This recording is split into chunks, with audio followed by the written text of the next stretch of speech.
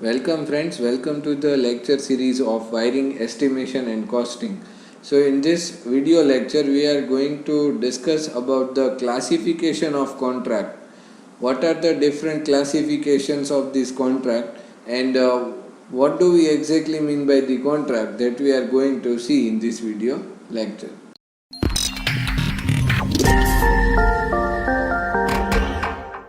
So first type is lump sum contract. This contract is of negotiation type contract.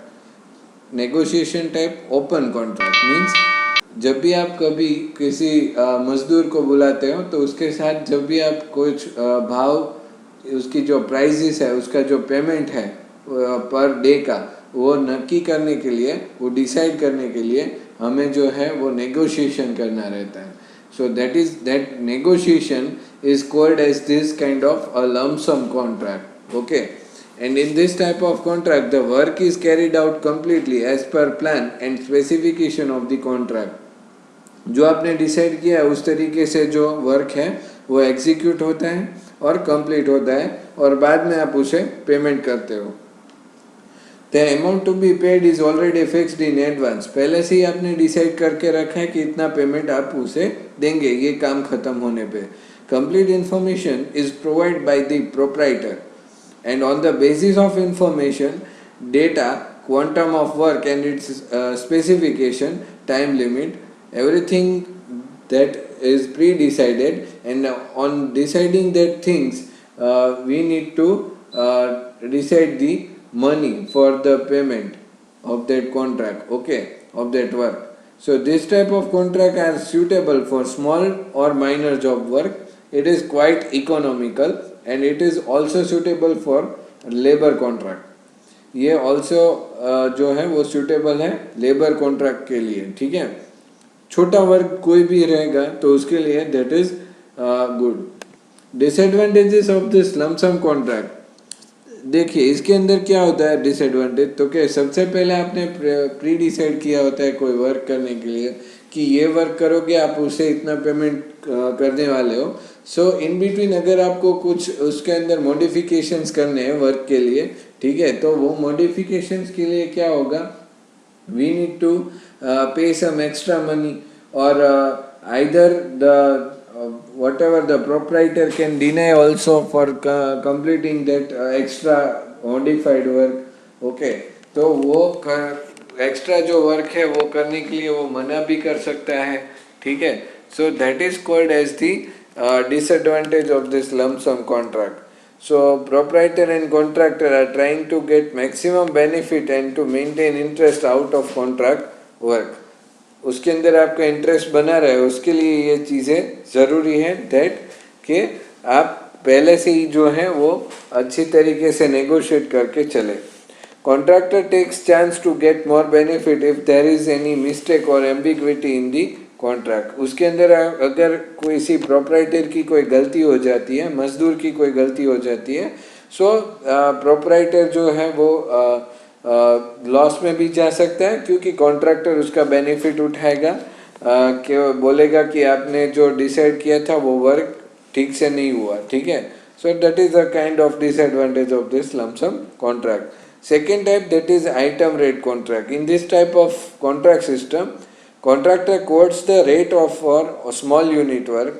The whole job work is divided into number of small unit of work and the total number of unit work are summarized.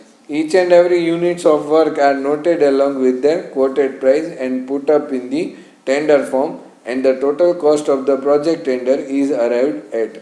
ठीक है, इसके अंदर क्या रहता है कि जो पूरा वर्क है उसे छोटे छोटे हिस्सों में डिवाइड कर दिया जाता है और उस वर्क के लिए कितना कितना प्राइस होगा वो टेंडर के अंदर लिख के प्रॉपरली जो है वो जस्टिफाई करके दिया जाता है और एक पूरा जो है वो प्रोजेक्ट का पूरा प्राइस डिसाइड किया जाता है कि इतना करने में इतना टोटल खर्चा जो है वो हो जाएगा. ठीक है, so it is kind of rate per unit of work includes material cost, labour cost, overhead and contingencies charges. कौन से चार्जेस हैं, तो कि लेबर कॉस्ट का चार्ज लगेगा, मटेरियल का जो भी कॉस्ट होगा, ओवरहेड चार्जेस मतलब कि जो भी वहाँ पे आपको ऑफिसेस वगैरह रखनी पड़ रही है, आपको वर्कर्स रखने पड़ रहे हैं, वहाँ पे ऑफिस के अंदर वर्क करने के लिए एक दो आदमी की ज़रूरत है, so these are overhead charges and contingencies. कोई अगर वहाँ पे आपको पता नहीं है, वैसे वाली कोई प्रॉब्लम हो रही है, शायद आपके प्लानिंग में जो है वो ज़्यादा देरी हो रही है प्लान पास होने में, अगर आप बिल्डिंग बना रहे हो और आपका मटेरियल आ चुका है बट मटेरियल का जो है वो चार्जेस आपको पहले से ही देना पड़ रहा है, तो ये सारी चीज़ें जो हैं वो आइटम रेट कॉन्ट्रैक्ट के अंदर ओवरहेड चार्जेस या कंटीजेंसी चार्जेस के अंदर इंक्लूडेड रहती हैं। It is also known as measure and value contract. ये कौन सा मेजर और वैल्यू कॉन्ट्रैक्ट के तरीके से भी इसको जाना जाता है। What are the advantages? It is flexible in nature and it is possible to make reasonable necessary variations in the quantities. Addition and alteration in the work in progress, that is possible. आपको अगर कोई add करना है या alter करना है, चीज़ें कोई चेंज करनी है, you can modify it, okay, आप उसके अंदर चेंजेस कर सकते हो। सो that is the main advantage of this type of contract. The payment is made stage wise as per the item in contracted work is completed, and this in this type of contract. As the payment is to be made on the basis of completed work items, there is no worry for plan and specification. The contract is complete in time limit. वो क्या होता है, time limit के अंदर complete हो जाएगा। और basically जो वर्क आइटम्स हैं, there is no worry for plan and specification. Plan और स्पेसिफिकेशन के लिए भी आपको कोई चिंता करने की ज़रूरत रहती नहीं है, ठीक है। So there is no undue waiting period, कोई भी वेटिंग पीरियड या ऐसी कोई चीज़ जो है वो इसके अंदर नहीं देखने को मिलेगी। Let's see the disadvantages of this thing. There is a competition amongst contractor and proprietor to get maximum benefit out of the contract, ठीक है। तो ये एक जो है कंपटीशन बना रहता है हमेशा सभी के बीच में कि मैं सबसे कम प्राइस में ये कॉन्ट्रैक्ट ले लूँ या मैं सबसे कम प्राइस में ले लूँ। इस तरीके से जो है वो एक कंपटीशन सा क्रिएट हो जाएगा। Classification of materials, contractor classifies material for his own interest, ठीक है। कोई एक स्पेसिफिक, अगर आपके कोई एक मटेरियल की शॉप है आपके नज़दीकी कोई रिश्तेदार को, तो आप अगर कॉन्ट्रैक्टर हैं तो आप क्या सजेस्ट करोगे कि ये जो चीज़ चाहिए वो आप इसी दुकान से परचेस करिएगा, वो वाला अच्छा देता है, ये इसकी क्वालिटी गंदी है, ठीक है, इस तरीके से। और आप जो है वहाँ पे ज़्यादा प्राइस, आपका रिश्तेदार ज़्यादा प्राइस लगा के भी आप वो चीज़ें बेच सकता है। So that is kind of classification of material, right? Final cost of the project is also a disadvantage. The final cost of the contracted project is known at the end of its completion.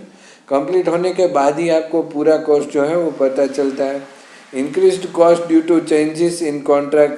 The total cost of the contract may increase due to changes made in the contract work in progress, ठीक है। वो एक चीज़ भी रहती है कि आपके costing जो है वो बढ़ भी सकती है ड्यू टू दी मॉडिफिकेशंस।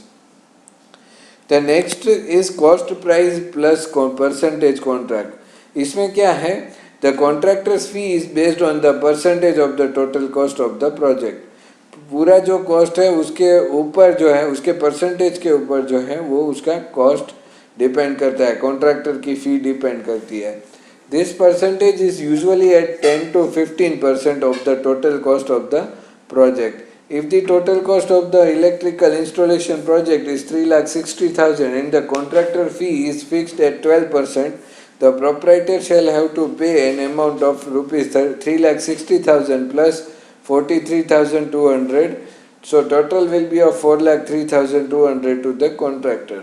ठीक है। तो ये क्या है कि सीधा सा अगर आपका कॉन्ट्रैक्ट 3,60,000 का है तो आप डायरेक्टली 12% के तरीके से जो भी बन रहा है 3,60,000 का, वो आपकी कॉन्ट्रैक्टर की फ़ी हो जाएगी। सो including that cost the total amount of the project will be 4,03,200, okay. And such contract is suitable only for good expertise quality work.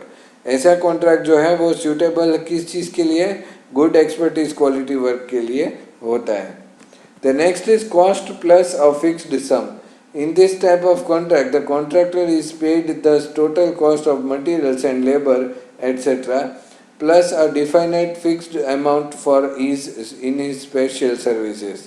इसमें क्या होता है, कॉन्ट्रैक्टर को जो पे करना रहता है टोटल कॉस्ट ऑफ मटेरियल और लेबर का, ठीक है, ये दोनों का पे करना है, plus a definite fixed amount for his special services. वो वहाँ पे विजिट कर रहा है और आपको जो है वो अच्छी तरीके से जो है वो आपका काम चल रहा है, तो उसके लिए उसको स्पेशल से अलग से चार्जेस या स्पेशल सर्विसेज के लिए चार्ज देना पड़ता है, उसकी विजिट के ऊपर से वो फीस लगाते हैं, ठीक है. It can be used for the emergency services like natural disaster, fire, earthquake etcetera, ठीक है, इन सब चीज़ों के लिए ये यूज हो सकता है. So complete contract or turnkey contract, that is the next point. In this contract, everything pertaining to the contract work is done by the contractor himself. The contract work may be erection work, installation work, material supply, and labor job work. Inspection and testing of completed work, etc., is carried out by the contractor. तो complete contract और turnkey contract में क्या होता है कि contract work जो है वो installation work, material supply, and labour job work जो है वो इंस्पेक्शन एंड टेस्टिंग जो है कंप्लीट क्या कितना हुआ है, कितना हो रहा है, वो कॉन्ट्रैक्टर के मुताबिक चलेगा, और उसका जो इवेल्यूएशन है वो भी कॉन्ट्रैक्टर ही करेगा. After completion of the total work it is handed over to the owner, and for highly sophisticated specialisation job this type of contract system preferred. ठीक है. After completion of the total work, पूरा work खत्म होने जाने के बाद it is handed over to the owner, उसके बाद उस ओनर को दे दिया जाता है. For late completion of work the contractor has to पे penalty as per penalty clause in the contract condition. ठीक है, अगर लेट हो रहा है उसके बताए हुए टाइम से बाद में हो रहा है, उससे लेट हो रहा है, then he or she will need to pay the extra charges. Okay, so that is the kind of complete contract or turnkey contract. सब चीज़ें जो है वो कॉन्ट्रैक्टर के ऊपर रहेंगी. कोई भी चीज़ों के लिए आपको कोई जो है दौड़ने की ज़रूरत नहीं है, ढूंढने जाने की ज़रूरत नहीं है. The next is labor contract. Labor contract, that is in this type of contract system, a well established or reputed big contractor gives small work on labor charge rates to a subcontractor. क्या करेगा? They will establish or reputed big contractor brand and small work on labor charge rates to a subcontractor. वो क्या करेगा? छोटा सा labour का जो contract होगा वो छोटे से दूसरे कोई सब कॉन्ट्रैक्टर को दे देगा. And in the labor contract work, all the material and accessories are supplied by the main contractor or owner. Main contractor या ओनर जो है वो क्या करेगा? पूरी की पूरी जो है वो सप्लाईज, मटेरियल सप्लाईज वो अपने हाथों में रखेगा. In the labor contract system, there are many subdivisions, namely providing laborers, skilled technicians, unskilled workers, etc. The work is to be carried out as per the schedule. Labor contract system है, there are many subdivisions, namely providing laborers, skilled technicians, unskilled workers, etc. In the labor contract, there may be purely labor work or sometimes expertise work. कभी कभी जो है वो simple labour work या expertise work के लिए भी आदमी बुलाने पड़ते हैं. सो that is the kind of labour contract. For example, in the labour contract for electrical installation project, wiring work is done by the expert wireman and the material is supplied by the proprietor.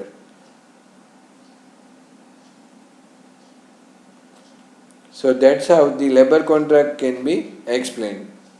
So I hope all of you have learned something from this video, and if you have learned something from this video, then you should like and share the video and also subscribe to my channel. Thank you for watching the video.